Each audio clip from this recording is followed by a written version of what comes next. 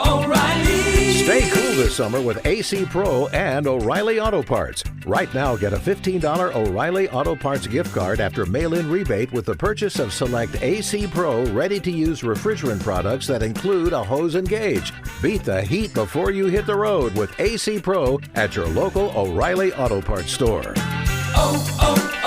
O'Reilly Auto Parts.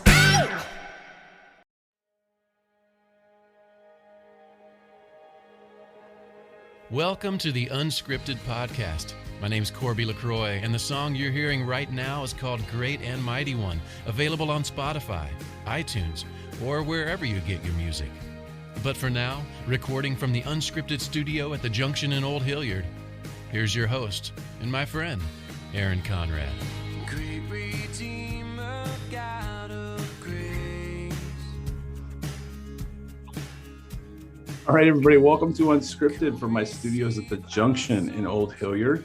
I will say in advance that there is some construction going on at my studios at the Junction in Old Hilliard. So there may be some noise in the background. I will do my best to mute and not have that. But thank you, Corby, for the introduction on audio as always. This is exciting. Second time guest. I need to get gear for people that come back more than once, but we are approaching Mount Vernon's homecoming ceremonies or festivities, I guess you'd call it. And so I thought there's no better guest to get back than Coach Scott Flemming. So Coach, why don't you introduce yourself, tell us a little bit about you, and we'll go from there. Yeah, so Scott Flemming, actually coming to homecoming for the first time in a long time at MVNU. Used to be the AD and the head coach there, but been gone about 12 years and done a lot of different things. But presently, I'm the technical director and head coach at the NBA Academy in India. Because of COVID, I'm in Phoenix, Arizona right now, but we're hoping to get back in January and get going again in India. So that's my present position.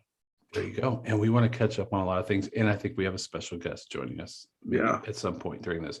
But let's catch up, because a year ago we talked about a lot of things and it was awesome. Honestly, Coach, one of my favorite interviews and one of the most popular interviews, to be honest with you. It was I think there were so many people from Mount Vernon especially that loved catching up with you, hearing about where you're at in life, what's happening with you, and honestly, some of the things that we had discussed in that first episode. Sure. So I know you have a newsletter, which I want to make sure we link up at the end so people can get that as well. But why don't you bring us up to speed? I know you just sent out a new newsletter. What's happening with Coach Flemming now? Yeah, so I never would have known I'd be here a year and a half in the States. We get shut down in India a year ago, March, and thought we'd be back in a couple of months. But like many people, we were hibernating in COVID issues. But now things are opening up and we hope to get back. But during this year has been exciting. I've been working on helping a lot of our academy players to get to colleges and prep schools in the U.S. To this date,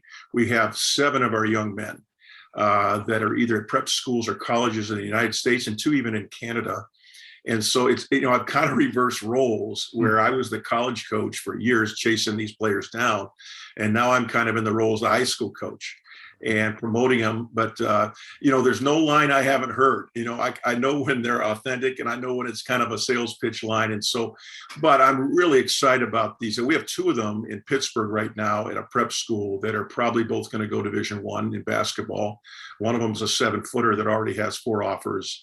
Wow. And it's exciting because these are the kind of things that never happened in India before. No one ever went to the United States. No one ever got to do that. And then the other exciting news is that our best player from our academy a couple of years ago just got drafted by the Stockton Kings from the Sacramento Kings. So he'll be playing with their G League team this year. He played this summer with their summer league team in Las Vegas.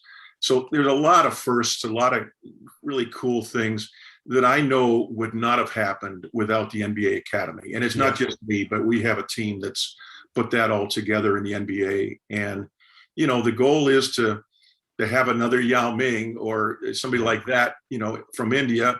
Not sure when that'll happen, but we've seen so many other shorter term goals, or I should say lesser goals. Maybe there's still a big deal for guys to play pro ball, to play in college. These guys are getting their education paid for, and some of them are out of little villages, in India, where they would have never dreamed this could happen. It's been fun to give them the avenue for that to happen. So that's, kept me pretty busy this year. And then, a lot of other things. As I grow older, I've reflected a lot on my relationships through the years. I think maybe I even told you last time, I hardly get through a day without hearing from a former player or a coach in some way. And that's made it all worthwhile. But, Aaron, I've been thinking lately, I'm a rich man. I'm a rich man because of the investments that have been given to me and those that I've made. And it has nothing to do with money. It's about people and relationships. And I've just, it's come to my mind recently, a lot of my reflection, how rich I am. And I'll never die a rich man, but as far as monetarily, but my relationships I do. And so I've spent this year calling and contacting a lot of people that have made a difference in my life, from former players to coaches to just, friends. And I think I shared one unique one in my newsletter that I'll just share briefly. I called my high school JV coach that I hadn't talked to since high school. His name was Coach Coker, David Coker. And he believed in me. I had just had a tough season the year before, wasn't sure I even wanted to play basketball. And he believed in me, and he gave me back a love for the game, and he really helped me to develop.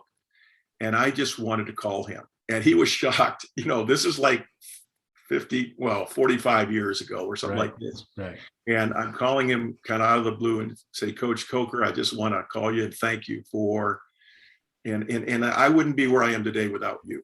Yeah. And, he's probably in his 70s now and still sharp, but it was so fun to talk to him. It was great for me. If it was only for me, it was great for me to be able to tell him that. Right. And I think it meant a lot to him too, to hear from this guy from the 70s that played JV basketball for him, and to know what kind of impact he made. So he made an investment in me when I was 16 years old, and that investment has grown, just like investments in money grow.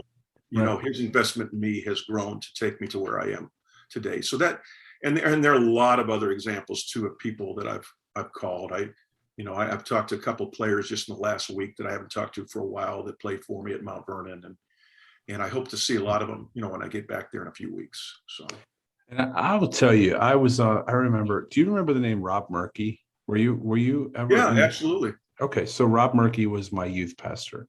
Rob Murky is the cousin to Dave Murky, who was one of my best friends. There you go. He traveled in the music group with me. Yeah. It's a very small world. Rob and I went to the same church in Alliance, Ohio. Yeah. Well, I tell you, and Rob will be able. I haven't talked to Rob in years, but I remember I was out on sales calls, and I was driving. I was in the car for like 3 or 4 hours. You have all that windshield time, and I'm like, I got to find this guy. So at some point, thanks to the internet, I was able to dig up his number, because when I was in high school, I needed role models. You said you watched the Mark Price, episode, and I needed role models. I needed people in my life as I was becoming a Christian that invested in me. And Rob Murky was one of those people, and I remember calling him and I think I found him in a church in northwest Ohio somewhere. Anyway, he was now on to other things, and I just wanted to thank him. To your point, I just wanted to say thank you, Coach.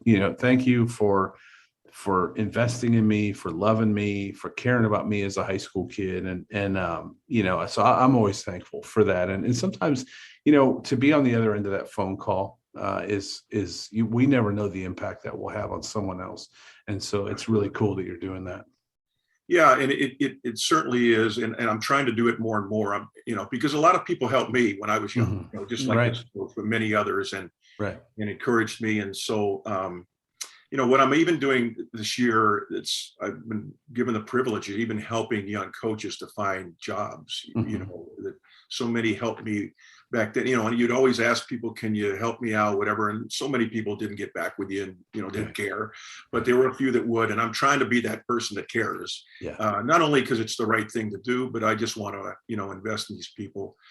Can I share with you one story of one recently? The platform is yours, Coach. Well, Sarah Gaylor, who worked with us with the Texas Legends when I was in Dallas as an intern, I brought her to India, I think a year and a half ago, to be kind of a short-term coach and help us with our grassroots program. Mm-hmm. And Sarah has always wanted to coach a men's team. She's just had a desire to be on that side of it. And it's so hard, as you know, for that to happen. Right. And, but she worked for the Milwaukee Bucks as an intern the last 2 years. But there was an opening at a college in Kentucky for a men's basketball position, an AD position. She had never done anything like that. She felt comfortable as a basketball coach, but this was all new to her. Yeah. So she reached out to me, and we spent a lot of time getting her ready for an interview and talking through everything that she would need to do and ask them and all that. Long story short, a month ago, Sarah got hired by Drexel University as the first woman coach I know in the NAIA, and I think at all levels. That's awesome. To be a female coaching a men's team. Yeah. And so she's still calling me. She's, oh man, this just happened. I just had this meeting. What it would, so I'm kind of been able to mentor her, through this. She's really capable. She's going to be fine. Right. I wouldn't have pushed it if she wasn't, but she needs some help along the way. So I'm trying to give that to her. I think sometimes we get put in a position, God puts us in positions to put wind in someone else's sails. They don't need our help in terms of their talent or their God giftedness. They just need someone to be able to give them the little push they needed to get to a place where they can now excel and take off. And there's nothing better to watch than someone that you've invested in, not financially great, but again, as you said, we're not all rich, but we are rich in terms of our blessing and what position and platform we've been given. So to watch someone that you've been able to just give that little bit of nudge that they needed excel is really, really cool. There's no doubt about it. If an intramural player would have needed a nudge in Mount Vernon, I'm just saying, Coach, I can't let it go. I mean, hey, whatever. So anyway. Well, I missed you. I missed on that one. You might be in the NBA right now. But. That's right. I'd probably be retired by now, but no, I'm just kidding. I literally, I'm so thankful for my time there, and I'm so thankful my son is there, and we're gonna have Coach Veal on soon, and I'm thankful for really everything. I really am. It's been awesome. So, all right, we have a guest coming in soon. So what is parenting like right now? That's the only, I won't go into who our guest is, but what's parenting like now? Well, I'll tell you, it's very different. Sometimes I miss having, little kids around the house or even teenagers. Mm-hmm. I yearn for that sometimes to go back to, but it's pretty cool having adult children too. Yeah. And to see them blossom and take that next step. And I have 3 kids. They're all in LA. And they've all gone to kind of chase their dream in the music or entertainment business. And Preston, my oldest, was the first one to go. And he went out there. He was sleeping on couches and hanging out with friends, just trying to make it, and started at the bottom. But now he's in post-production for several television shows. Awesome. He's been on shows like Longmire, and when Dallas first came back, and then right now he's on Black Lightning, which is on Netflix. But he's worked himself up to be, kind of leader of a post-production crew. Mm-hmm. And that's what he does. That's his day job, but he also has a recording studio in his garage. Awesome. And the 3 of them are all in music. My middle son, he was in a band called Hot Stop for a while, and now he's a songwriter and singer on his own.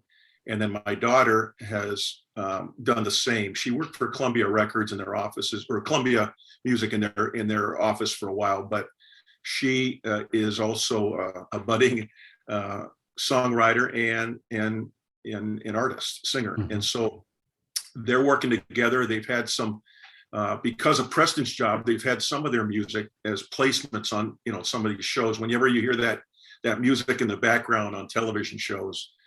They've had several on those. I think probably the one that was most known is a show called Grownish, and she had one of her songs on there. Awesome. And so so that's what they're doing right now, and trying to pay the bills, but they've got some success along the line, and I think there'll be more to come. It's a tough business, but I'm trying to support their dreams right now, and they're all good. When they were growing up in our home, we kind of presented a couple of things. One was sports, and one was music. And they all played basketball through high school. Tory went on and played softball in college, and so they love sports, they love basketball, but this was their passion, music. And this is what they're doing right now out there. So, and there's nothing more exciting, I mean, than honestly, than watching our kids. I thought Austin would be the next greatest basketball player in the world, and he's a baseball player. I still think he's really, really talented at basketball, but at the same time, he's really talented at baseball, and it's been a joy to watch him no matter what his dream is. And so it's very, very cool. So when do you plan on returning to India? You might have covered this, but when do you plan on returning? I hope so in January. That's the goal right now. We've put together a proposal for everyone. There's a lot of legal issues and all of that when you're talking about safety and that, but I think the goal is to get back in January. Okay. And hopefully get it started again with those players that we've been in touch with all along, but then we'll hopefully add some more players and some tryouts when we go back, because we graduated and lost, half of them. And so the other half have been working with us, but now we need to add new boys into the roster. So how did you end up in Arizona? Well, it was because my kids, they all lived in LA. And we were looking for a home base, and probably weren't going to go to LA. We checked out some things in California, just really steep, the economy and everything else. And just where can we land that will feel like we still can thrive? And Phoenix was the place. We're only 5 hours away. We can jump on the Route 10 here and get to their place pretty easily in a half a day. And so, and we've grown to really like Phoenix. It can be pretty hot at times, but right now it's beautiful. But it was the right place, right distance, and it was because of our kids, really. But the thing's been great. I've enjoyed getting to know a lot of the coaches in the area. Some of them I already did know, but I've been connected with Arizona State and a couple of Christian colleges, Arizona Christian, and as well as a few, and then Grand Canyon University, know some guys there. And so I've been over to some practices and met with them, and then I actually have got to know one of the coaches for the Phoenix Suns, and so I hope to get over and hang around with them a little bit too. So that's been fun to have all these basketball programs in the area. So I was going to ask you, as a coach, how do you stay sharp? Because players gotta go to the gym and they gotta get their shots up. As a coach, how do you stay sharp as you're in this in between time? Absolutely, and this is one of the reasons I've been over to practices for these teams, and I take notes, and I see something new, and then so there's a lot you can do on the internet these days, and looking up drills and talking to other coaches and I've done some clinics myself for coaching groups. And so, you have to stay in it. You can't just ignore it, or you get rusty yourself. And that may be a little bit the case, but I think I've tried to keep up with things, and, and just adding new things, looking at new offenses and new drills, and not get stuck on this is how I've always done it. Well, Coach, I have to say, I got back in, our day, so to speak, at Mount Vernon. Mount Vernon was kind of ahead of the curve in terms of this 3-point shooting. Am I wrong? Was the offense not? It wasn't your traditional. Mark Price and I discussed this, not name dropping, but we talked about the old, the North Carolina. Even up until last year, North Carolina was still inside out basketball, bigs going on the post. Mount Vernon didn't play that way. Mount Vernon. Am I wrong? Mount Vernon was ahead of the curve a little bit in terms of 3-point shooting. Would you agree? Yeah, I would, but some of it was out of necessity. We didn't have any big, strong post players at that time. Right. And we had a lot of perimeter players, and even, just the kind of player we needed to go after, the one neutralizer to big, strong, quick athletes was shooters, And so I think, especially early on, as we went, we were able to get, a little better athletes and stronger post players and things like that, but we still stuck with our 3-point threat. I think you have to have it. Right. But I think in those early days, even the coach before me, Bernie Belikian, and myself Right. both used the 3-point line. I think because of the kind of makeup on our teams to try to neutralize, some of these big, strong, quick, talented teams that we had to play against.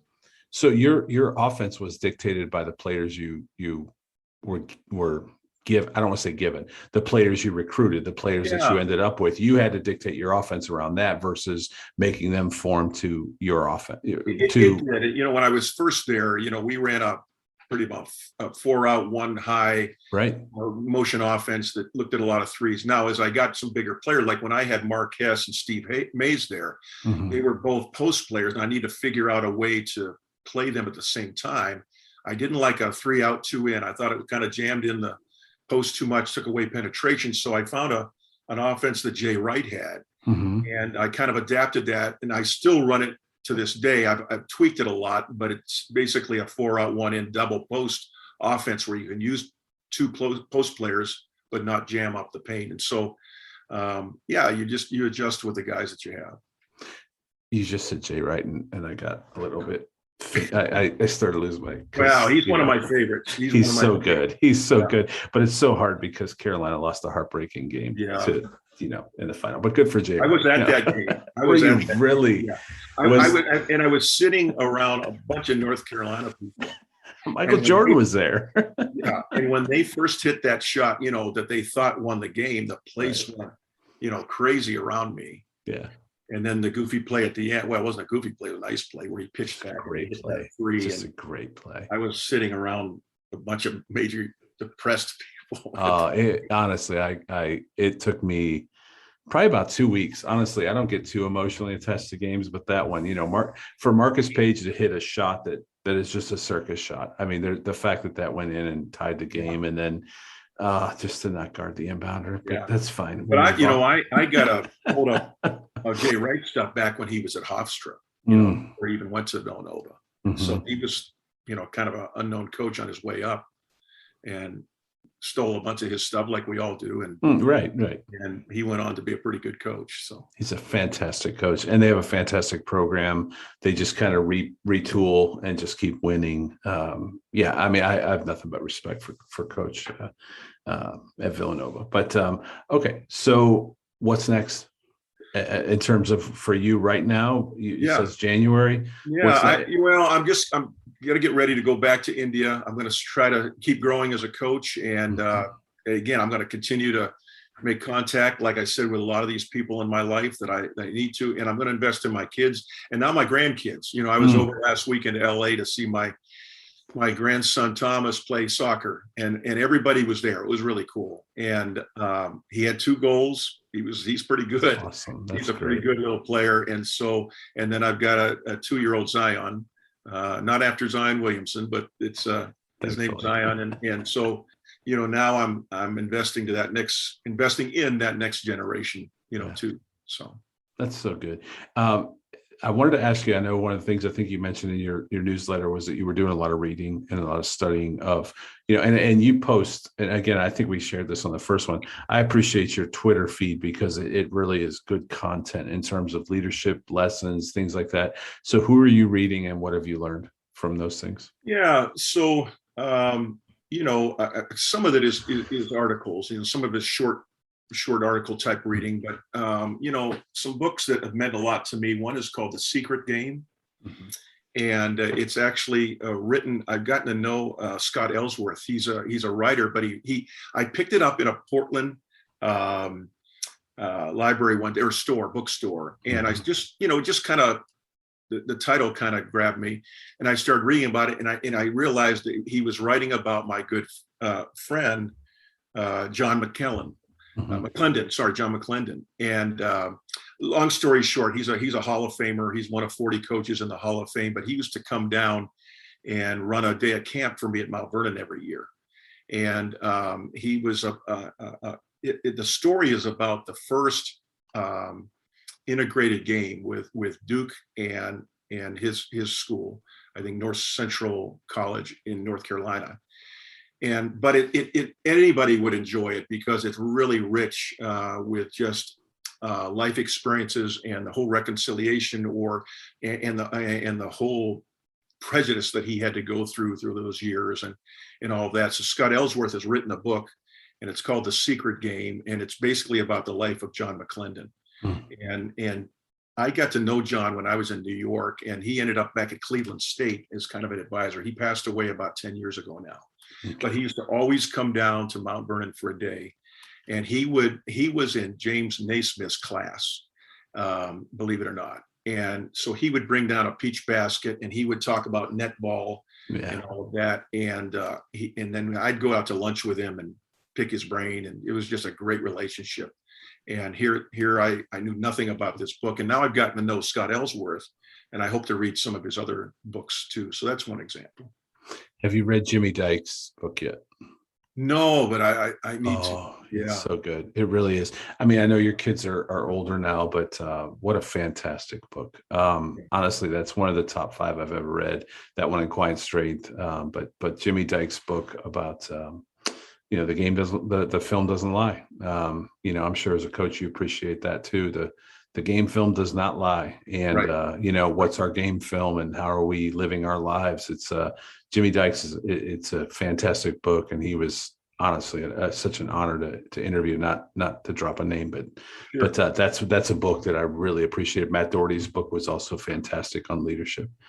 Both of those are very, very good. But there isn't time in the day to read all the books you'd like to, but you right. Right. Well, you have to do books on tape. You have a 5-hour drive back and forth to California. Right. So what's the plan when you come up for homecoming? Well, I'm going to try to see as many people as I can. And then Coach Renee, actually, I talk with Coach Renee about once a month or so. We do a Zoom kind of a mentor, but I learned from him as well, but we just kind of check in every month. But he asked me to come and coach one of the alumni teams for the alumni games. So nice. Not a whole lot of X's and O's, but it'll be fun just hanging around those guys. And then it is it's my class reunion. I won't tell you how many years, but it's a lot. So it'll be fun just being back there. And then I'm going to go down on that Monday to the Athletes in Action campus and meet with those guys as well while I'm in the area. So, well, I believe we have a guest. Let me go ahead and let our guest in, and I'll actually let you do the introduction because I don't know our guest, but you do. So let's see. Once she joins us here, there she is. Coach, I'll let you go ahead and make the introduction. Tori. Hi. Well, let me tell you. So I've told them a little bit about you, but she is my youngest, and she has 2 older brothers, and she's in LA right now, and she's in between jobs actually, but she's keeping pretty busy because she is a budding songwriter and singer, and she's already released I think 4 or 5 songs. You can tell more about that, Tori, and she has another music video coming out pretty soon, and what's great for me is they all work together. My oldest son does a lot of the work with her in his studio, and they write and produce and all that kind of together. But and then she may tell you a little more about this contest that she's in. She's a finalist in right now, and we need some votes for that. But we just look at it as another chance, an opportunity for her to just kind of grow in her career and get her name out there. She's really super talented. But there are a lot of talented people out there. You just have to hope somebody sees it, the right person sees it, Right. So Tori, what you want. Tori, welcome to Unscripted, and I'm honored to know your dad. So let me start there. I'm honored. We had an Unscripted a year ago, and we didn't know each other well at Mount Vernon, but we knew of each other. And a year ago, he really poured into me, invested in me, and we've been friends since. And so I've been watching your journey from afar. So why don't you introduce yourself to the audience, and we'll catch up. Yeah. So my name is Tori. My artist name is Tory Floyd. I like to say a songwriter singer because I like to think of myself as a songwriter first and then a singer. I know that kind of flips it, but yeah, I make my own music. Like he said, I work with my brothers, which is a nice bonus. Mm-hmm. And we collaborate quite a bit on making original music and putting it out there independently.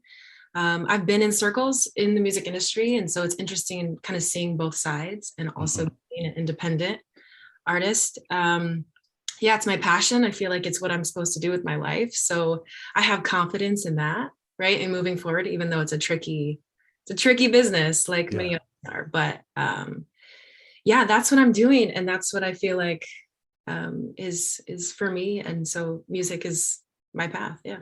Yeah. Well, it's interesting to have the whole family dynamic on. So, Tory, for you, when was the moment when you said, "I'm going all in"? Like this is what I want to do with my life. I would probably say there's actually a couple. And then life kind of like gets to you a little bit again, and then you find yourself in the same position. But the pivotal, this is what I'm doing for sure, no turning back, was actually after I had moved out to LA. I was following the path of jobs I had in the past, which was in film and TV, which is also another beautiful industry. But I found myself interviewing for positions I was qualified for, had done in the past. And for whatever reason, they weren't landing. I wasn't getting them. And so then it kind of hit me. I just thought, why am I trying so hard for something that I don't even really see myself doing long term? Right.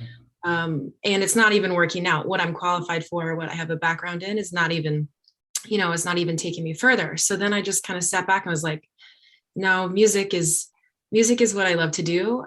It's never gone away. It's never been, I'm not going to do that. It was always, which one do I do?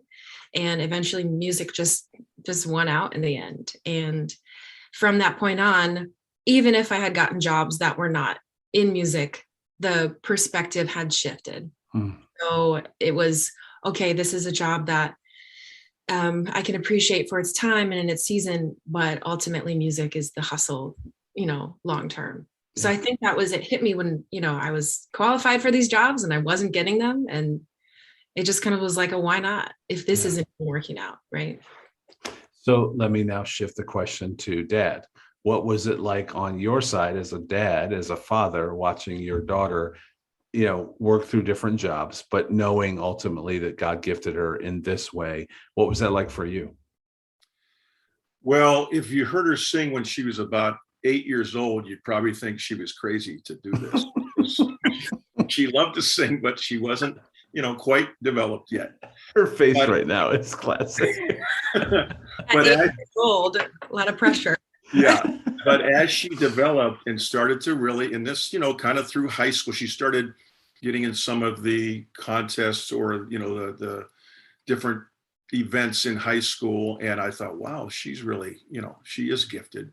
And like I said before, we've always pushed music in our family, but, knowing it's a tough business, it's to make a job of it or make a living of it, it is tough. But I kind of kept she knows me, I kind of keep a balanced view of things and say, you sure, and all of this. But when she called me, I know when this time she was talking about it, said, this is what I want to do. This is my passion. This is what I want to do. And I think at that point, as a father, I just said, well, I got to believe in her. I got to believe in her. And if you want to do this, go for it. And I'm behind you. And she still has, she has me ask about her bills and things like that every once in a while, and how we doing with, jobs. But I'm 100% in with her whole music career. And she probably could say, or at least I'm up there as one of her number one fans. And I'm trying to help her as much as I can in my circles to advance. And I the more she has done it, the more I see she really has the goods, and she's talented. And there are a lot of talented people out there, but she certainly has the personality, she has the drive, and she has the talent to make this happen. And so let's see where it goes. Well, and she has the support. I think Absolutely. That's important that she has supportive family, to that point. So, who is it? All Pro Dad said, "You're a father forever." I think that was one of the most important quotes I learned early on, is you're a father forever. So you're going to ask about bills and all those things. That's part of it. So Tory, we want to do everything we can to support you. And we may have actually talked a little bit offline about some ideas in the future, and you didn't even know about that yet. But so what's next for you? So I know right now you're in a contest, and we want to get this up and get this out. How can people support you in this contest? Yeah, so specifically for this radio contest that you guys were talking about. So there's it's a pretty major radio station here in LA. And they favor on kind of pop culture, music, entertainment in that category. And every year they hold this search for this morning show's holiday star. And it was one of those things where, again, it's taking that perspective of why not. So I ended up submitting for their search, and I've made it to be one of their finalists, and it's currently in a voting period right now. Okay. And then eventually the public will choose the winner, and then the winner gets to perform at a Christmas tree lighting here in LA, and they get to have their song on the radio, a recording session, just another way to support, I guess, indie artists in LA, because there's a lot of us here too. So it is quite competitive, but that is that's the contest that's currently happening. So that's a live thing that's happening right now. How many contestants are there currently? So there's 5 finalists now. So they're finalists. Okay. I believe they ran it mostly on Instagram and TikTok, but it was anybody could have entered.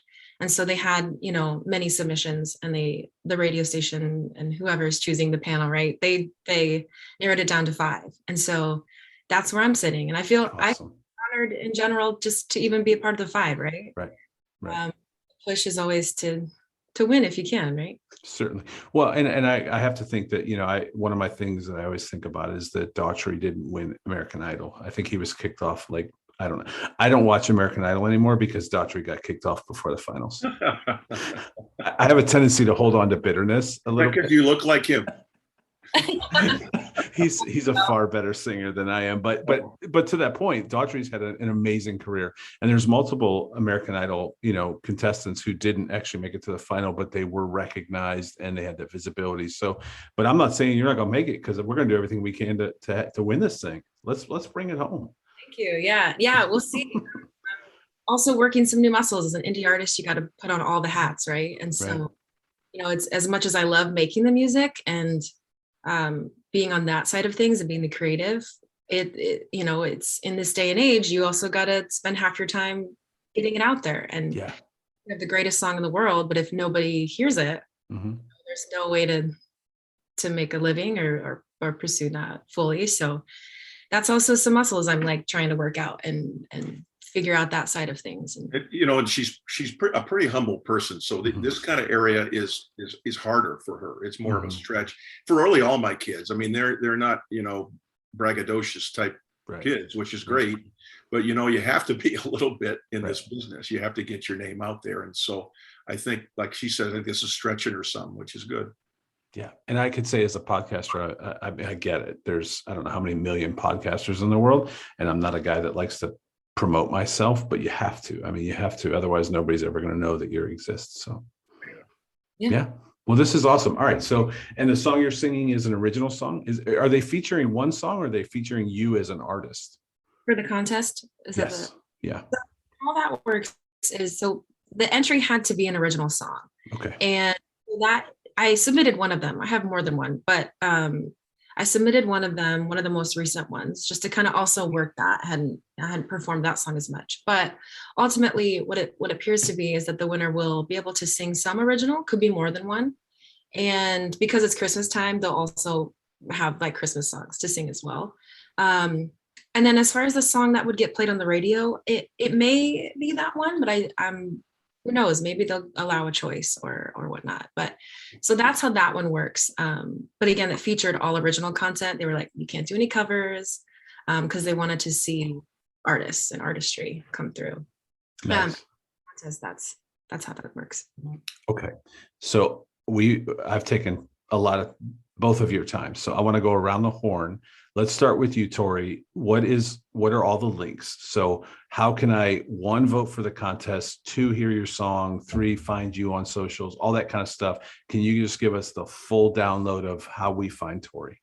Yeah. So I'll start with the contest, since that's the most recent.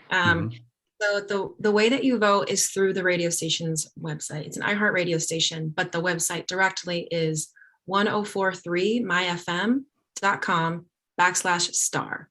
And then from there, we'll allow you to kind of read the rules on how to vote. But you can do it through your Facebook account. That's the easiest. I find that to be the easiest. But if not, there is a way to do it through Google, and then there's a way to do it through signing up for a specific iHeartRadio account. But you can vote once a day until the end, which is November 3rd is the last day to vote. So you can vote once a day until then. And I think it's easiest to just do the Facebook personally. So that's the contest. And then for my socials, I guess, so I do have a website, toryfloyd.com. On Instagram, I'm the Tory Floyd. It's a little uncomfortable to be the Tory Floyd, but Right. Right. It is what it is. That's right. Yeah. And then on TikTok, I'm just Tory Floyd. Twitter, the Tory Floyd. So it's Tory Floyd. If you search it, it'll come up. I should be the first one, should be the only one with that name. Hey, I'm not sure how she chose that name. But I just saying that's my father's name. Oh, that's his great. first name, but that may have had something to do with it. I don't know, but it was pretty cool when I saw that. Yeah, it is. Yeah, it's part of it. It's my paternal grandfather's first name, and it also keeps the initials the same. But it's also it's a very music industry name as well, like Pink, right? So just felt like the nice sweet spot for me to. So that's how that works. I love this behind the music stuff. So that's cool. All right. So those are all your links. Coach, what are your links? I know you have a newsletter. I know, how can people keep in touch with you? Because it's important as well. Yeah, well, I don't have a lot of links besides just, the NBA stuff that I do and my Twitter account and all of that. They just look up my name. My email is that I use personally is just scottwflemming@gmail.com. And that's how I send out those, those updates and all that kind of thing. But just if they go to like NBA.com or anything like that, there's quite a few articles and things that we and you see on Twitter and different things that I do. A lot of my promotion is about our players and about the NBA and what's going on in India and Africa and all of that. And so that's, and then a few personal things and like you say, when I see something that really means something to me, or if I have a rare thought that's pretty that I think is pretty good, I'll stick it in there as well. So well, I'm really excited. Tori, do you miss Mount Vernon? I do. I think it was, so when we left, I was 15. So you're still in that age of like, I'm happy to be out in the world and doing new things. But as you get older, you just appreciate everything for what it serves you. So, right. I mean, I had a great childhood. It was, a small town in Ohio, and it was, I do miss it for the hominess, and we still have family there, and it's familiar. So it's something that will always. Hey, Tori, tell them how many times you've moved now since then. We stayed in one spot for 20 years there in Mount Vernon, and then she finished her last 2 years in the Dallas area. But wow, just give them a quick. Okay. How many times you've moved?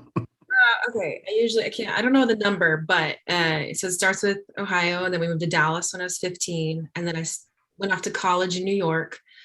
I was there for 2 years, and then I transferred. I did my junior year actually in Ashland University in Ohio. Okay. Then I ended up finishing school in Seattle at Seattle Pacific. So I have 4 colleges that have contributed to my on your resume. Yeah. Your LinkedIn is like this. You got kicked out all those schools. I love this whole family thing. I do. I do. It's so good. Anyway, I'm sorry, Tori, go ahead. Oh, good. And so those were like some of the bigger moves. In between, I did some summers in Florida. I did a summer abroad in India for 4 months. Actually, ironically, when they were not there. I was just say, you knew a family there, right? Or no? No? Well, it was through a guy that I knew initially. Okay. She followed up on it, and she worked for them, for that summer. Okay. It happened to be like the 2 years that they had come back and were in Idaho. So just the time I was there without them there.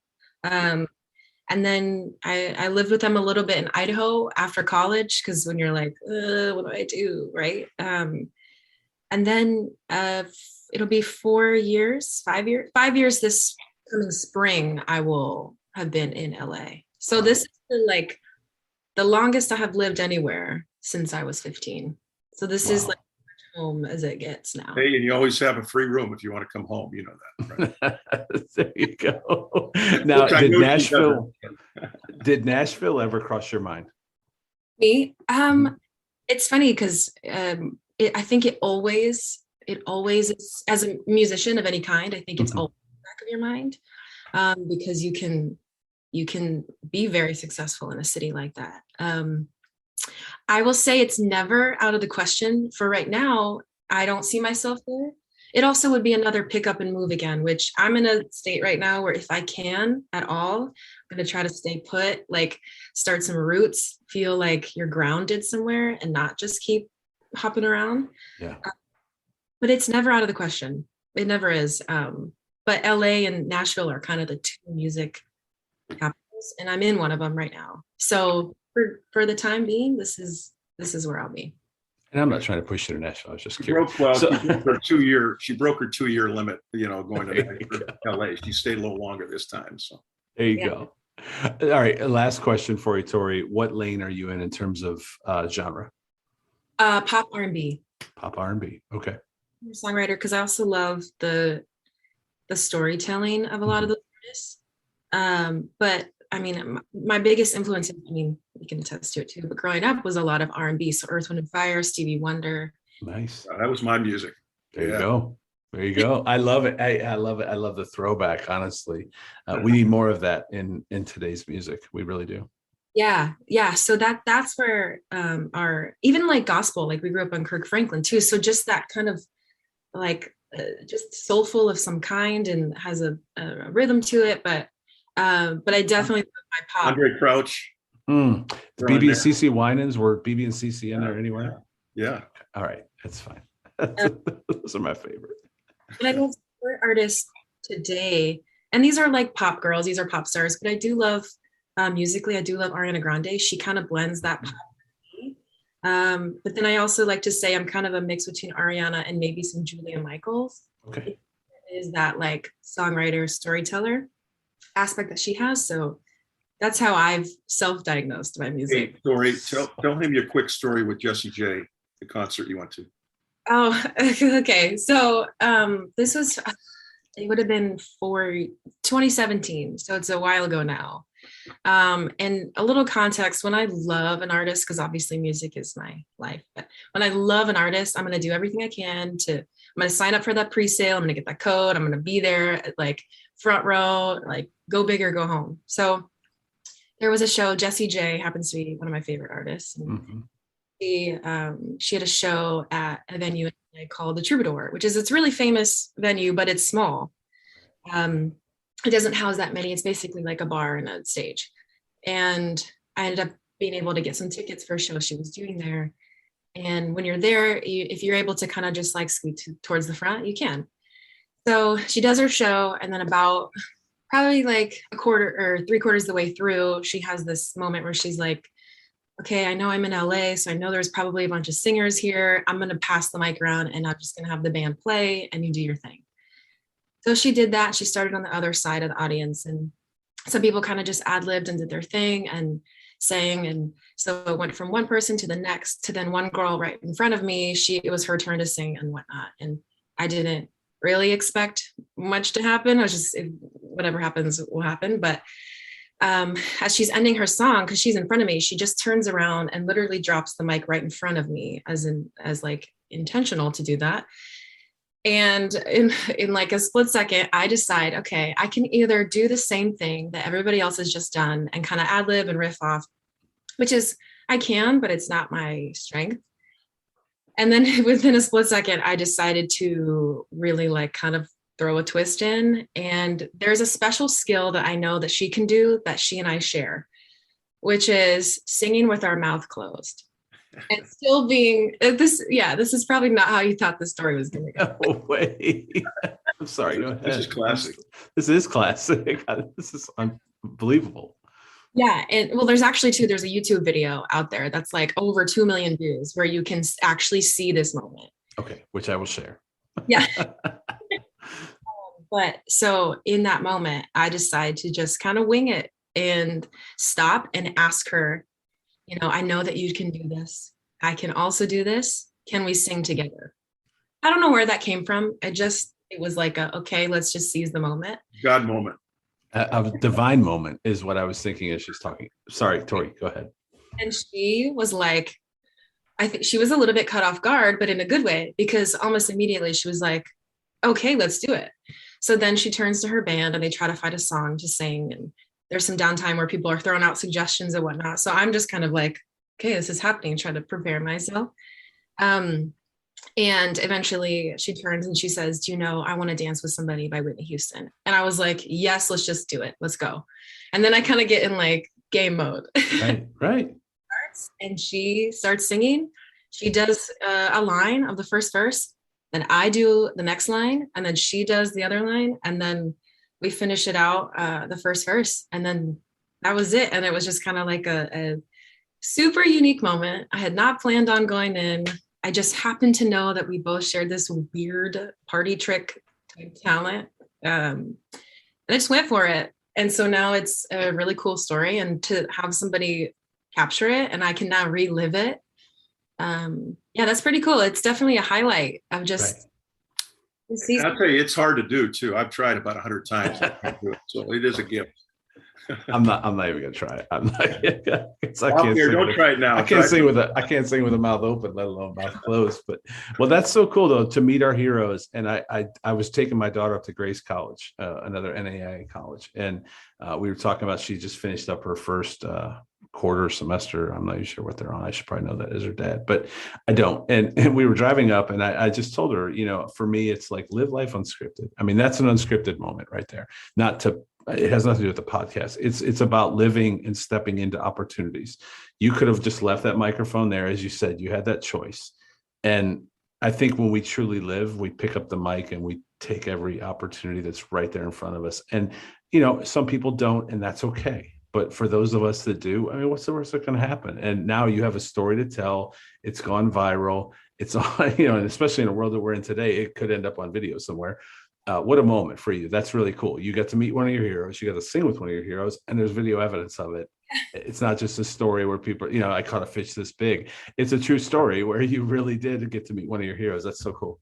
And it'll be a great story when we work together on a song in the future, right? There you go. You remember that time, right? I mean, I'm going to meet Mercy Me in 2 weeks, and I was their slob of the month when they did this blog thing back when blogs were cool. I guarantee you they don't even remember that. But to your point, I just entered this thing and somehow it happened. And I was the very first slob of the month. And I get to tell Mercy Me, hey, remember when you were slob of the month? I was the guy that, what I mean? You never know. And so it's evidence. You have evidence. I have evidence. There's receipts, right? As the kids call it today. We have receipts. So very cool. Tory, this has been awesome.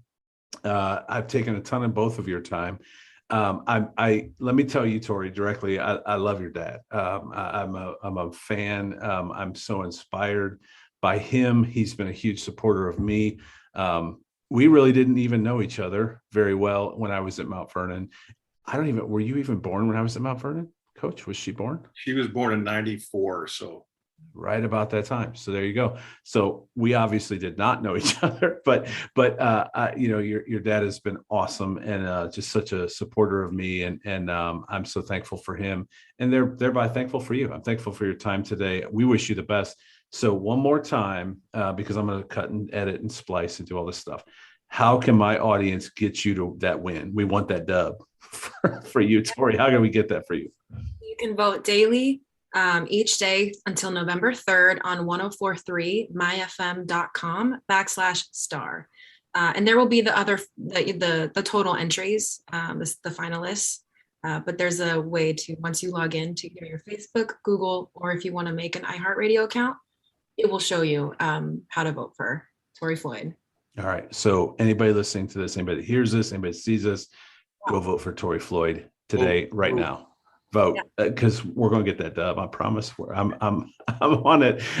Whatever 5 people listen to this are going to go out and vote for you. So that's 5 more than you had before it started. There you go. So there you go. There you go. Well, no, I'm so thankful for the Flemming and I guess Floyd family. I'm not sure how that works, but I'm thankful for the Flemmings. I really am, and I'm so honored that you all would come on. And this is really cool. I'm so thankful. This is really cool. This has been very special. So thank you.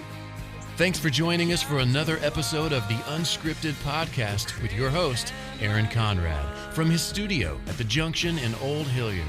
Make sure to like, share, follow, and review on your favorite podcast platforms. Also, make sure to check out my song Great and Mighty One on Spotify, iTunes, or wherever you find your music. We'll see you next time on Unscripted with Aaron Conrad.